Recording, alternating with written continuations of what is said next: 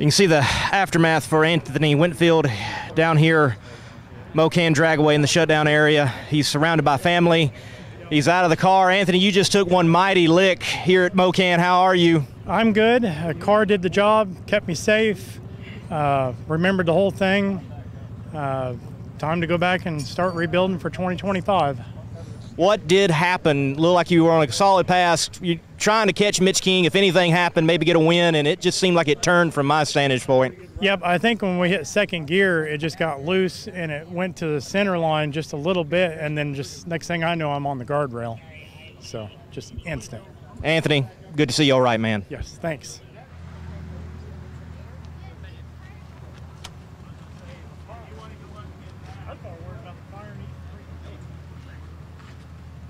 The recovery effort for Mighty Mouse to get it off the top end of Mo-Kan Dragway is underway. And Anthony Whitfield, the driver who took this ride, as you can see him through all the bodies, is helping out in that very effort. It's good to see that Anthony is all right.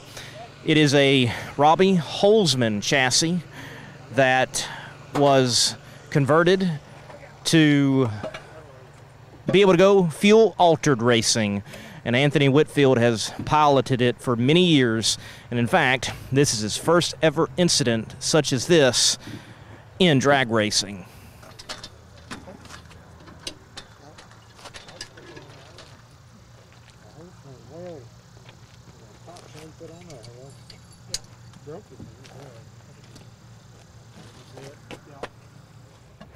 The effort is underway to get Mo-Kan Dragway back to a racing state that is safe for the competitors.